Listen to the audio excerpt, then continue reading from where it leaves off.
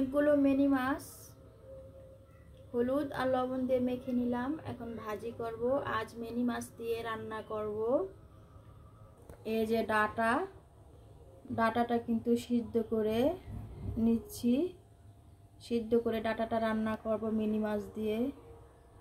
এই যে এখানে কিন্তু সরিষার তেল দিয়ে দিলাম। সরিষার তেল দিয়ে রান্না করে অবশ্যই যারা আমার রান্নাগুলো দেখেন তারা অবশ্যই জানেন। হলুদ লবণ দিয়ে মাখানো মাছটা কিন্তু দিয়ে দিব। তেলটা গরম হওয়ার পর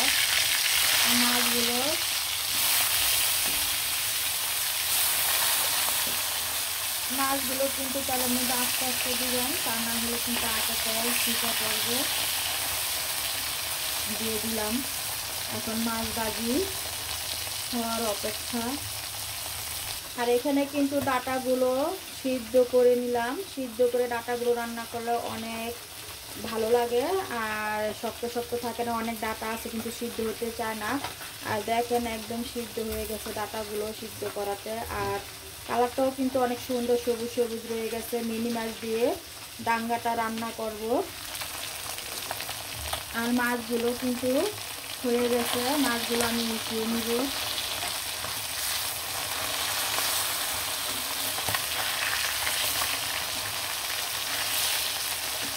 খুব সুন্দরভাবে কিন্তু মাছগুলো মিশিয়ে নিলাম।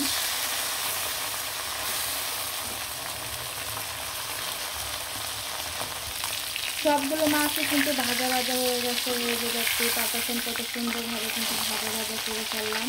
আর মাছগুলো এখন মিশিয়ে নিব। আর এখানে দিয়ে দেবো পেঁয়াজ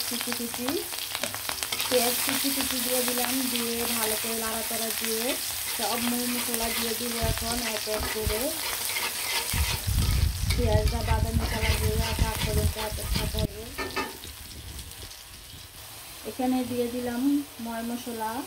এখানে আদা রসুন দিলাম, হলুদ মরিচ জিরা আর আছে ধনিয়ার গুঁড়া দিয়ে ভালো করে মশলাটা কিন্তু কষিয়ে নিব। আর আপনাদেরকে একটা কথা বারবারই বলি, যত মশলা কষাবেন তরকারির স্বাদ কিন্তু অনেক দ্বিগুণ বেড়ে যাবে। আর সিদ্ধ করে রাখা ডাটাগুলো দিয়ে দিলাম। দিয়ে ভালো করে নাড়াচাড়া দিয়ে মশলার সাথে কিন্তু খুব সুন্দরভাবে কষিয়ে নিব।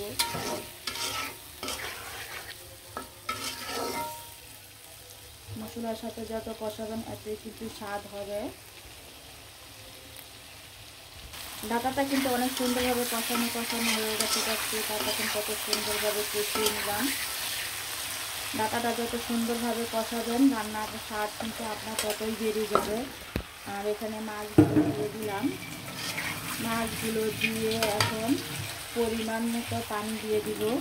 আর পানিটা দেওয়ার চেষ্টা করবেন পরিমাণ মতো, যে আপনার রান্নাটাও শেষ হয়। আর আপনি যেটুকু ঝোল রাখা দরকার এটুকু ঝোল যেন থেকে যায়, এরকম সুন্দর করে পরিমাণ মতো পানি দিয়ে দিলাম। এখন ঢাকনা দিয়ে ঢেকে দিব। আর এখানে দেশি ধনিয়া পাতাগুলো কুচি কুচি করে নিলাম। রান্নাটা বলক আসলে ধনিয়া পাতাগুলো কিন্তু দিয়ে দিব। পরিমাণ মতো পানি দিয়ে দিলাম। এখন ঢাকনাটা দিয়ে ঢেকে দিব সিদ্ধ হওয়ার জন্য আর বলক আসার জন্য। রান্নাটা কিন্তু খুব সুন্দরভাবে হয়ে গেছে। মিনি মাছ দিয়ে ডাটা রান্না করলাম। আর দেশি ধনিয়া পাতাগুলো কিন্তু উপরে এভাবে ছিটে ছিটে দিয়ে দিব। আর দেশি ধনিয়া পাতা ছাড়া কিন্তু রান্না একদমই ভালো হয় না, আর গ্রামও আসে না। যে দেশি ধনিয়া পাতাটা দিলে রান্নার স্বাদই কিন্তু অন্যরকম হয়ে যায়।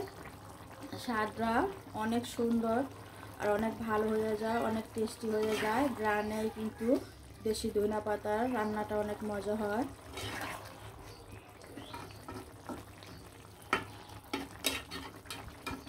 খুবই সুন্দরভাবে রান্নাটা কমপ্লিট করে ফেললাম। আর সবাই ভালো থাকেন, সুস্থ থাকেন, সবসময় হাসি খুশি থাকেন। আর এরকম মজার মজার রান্না অবশ্যই রান্না করে করে খেয়ে ফেলেন। আল্লাহ হাফেজ। রান্নাটা খুব সুন্দরভাবে কমপ্লিট করে ফেললাম। রান্নাটা একদম পারফেক্টভাবে সুন্দরভাবে কিন্তু হয়ে গেছে। খুবই সুন্দর একটি রান্না করে ফেললাম মিনি মাছ দিয়ে, ডাটা দিয়ে, দেশি ধনিয়া পাতা দিয়ে।